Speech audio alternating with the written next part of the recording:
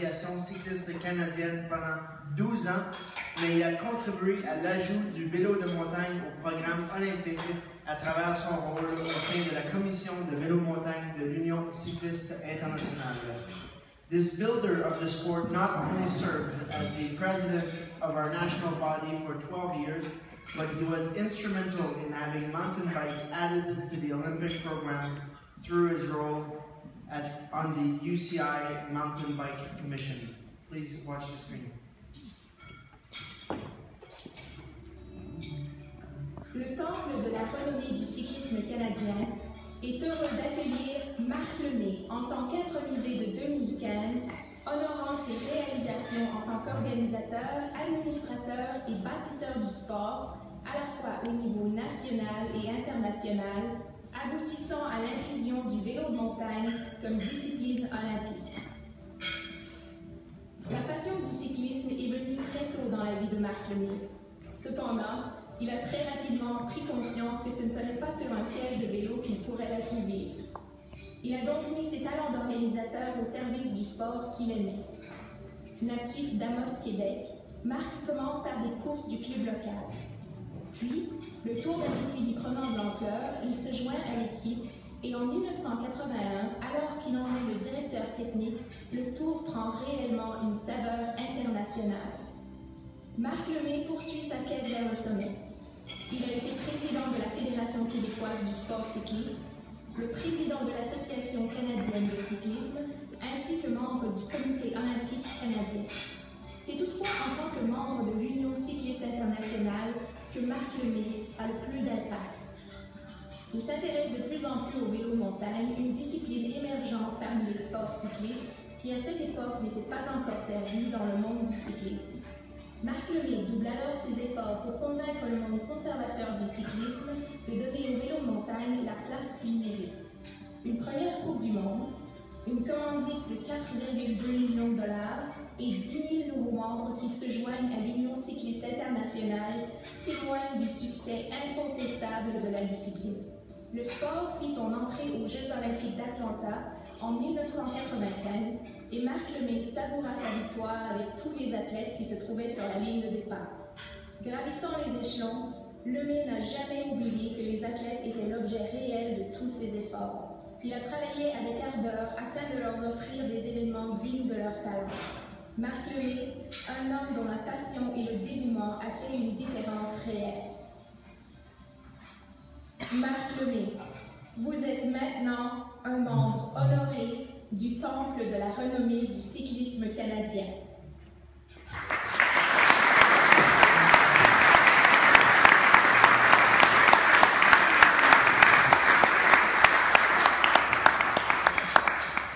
Marc Lemay, vous êtes maintenant membre d'honneur du Temple de la renommée du cyclisme canadien.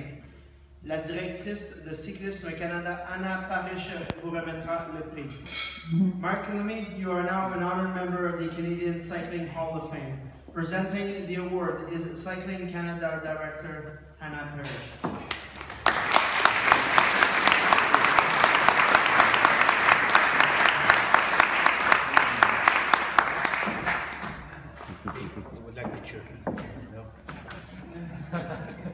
Shouldn't turn out a picture pretty well now.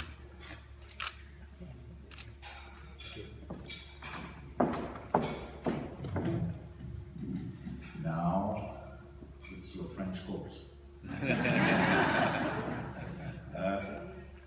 Ladies and gentlemen, it's a great honor for me to be in front of you, especially when I saw a lot of these beautiful athletes. And I discovered today a new politician, Kurt Arnett, now member of Parliament of Canada.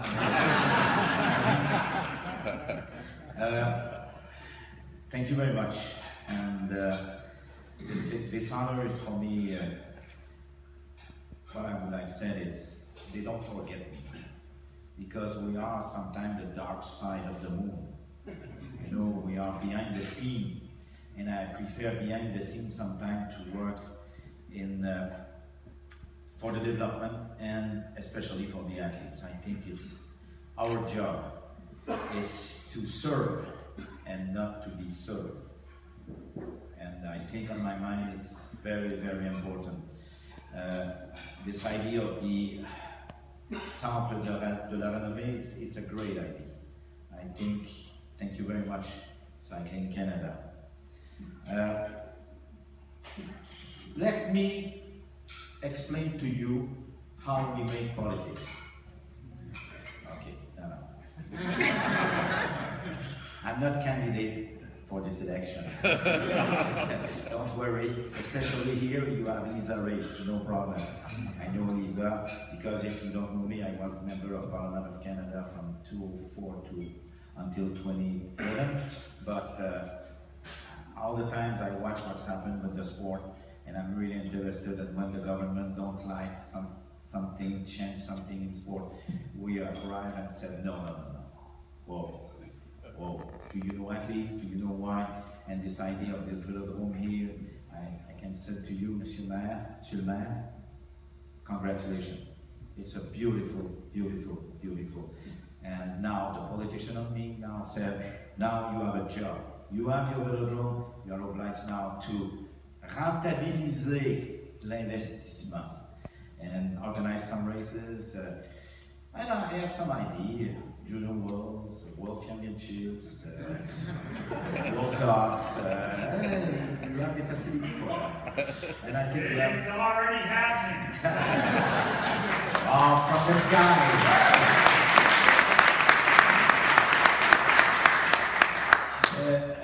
A day we have a meeting at the Havana, Cuba, and we walk on the beach. It was the president of the organizer committee of Atlanta Olympic Games, the president of the Canadian Cycling Association, and the director of the sport of the IOC, and myself. And we discussed. Suddenly Atlanta, the guys in Atlanta said, hey, forget it, UCI. And he said that to Verbruggen, who was the president of the UCI. I'm just close to Hein. I said, oh boy. Hein, we don't block the highway 50 kilometers on this way and 50 kilometers on the other way for your stupid team time trial. Oh boy, okay. Okay, Verbruggen said, the president of the UCI, what is your suggestion? Well, we put this thing out. Whoa. And at this moment, small guys from Canada, the North Pole, we are in 1993. We have a small sport with more than 10,000 members, arrived to the UCI with $4.2 million Grundy contract for 10 years, and I said, I have an idea. And team time trial is only for men. But me, I said, mountain bike is for men and women. Whoops, the guy from Atlanta, especially the director of the IOC said, Mr. Feli, Mark, you sure? Oh yes, I can add, we are on the 5 continents now. Whoops. And Verbruggen looked at me and said, do you think you'll be ready? Yes, sir. And since this time, probably September 1993, it was the World Championships in L'Italie, France, for the mountain bike. And unfortunately, at the same time, they have a board of directors of the IOC. All the members of the IOC was there, and I invite a lot to come, especially guys from Germany, Mr. Thomas Bach. If you don't know him, I think it's important for you to discover he's now the president of the IOC. And he's coming and watch that, and we walk on the course, and they discover mountain bike, and they said, wow, okay, but downhill is crazy, said Mr. Philly. I said, okay, downhill, but cross country, we're gonna watch. And they watch that, and they stay there during all the weekend. Yeah, but they are in Lausanne, but Métabier is around 45 minutes by car. They stay there, watch that, and said, why not? And September 19, 1993, I paid $500 of champagne because the IOC announced the mountain bike's gonna be at the Olympic program.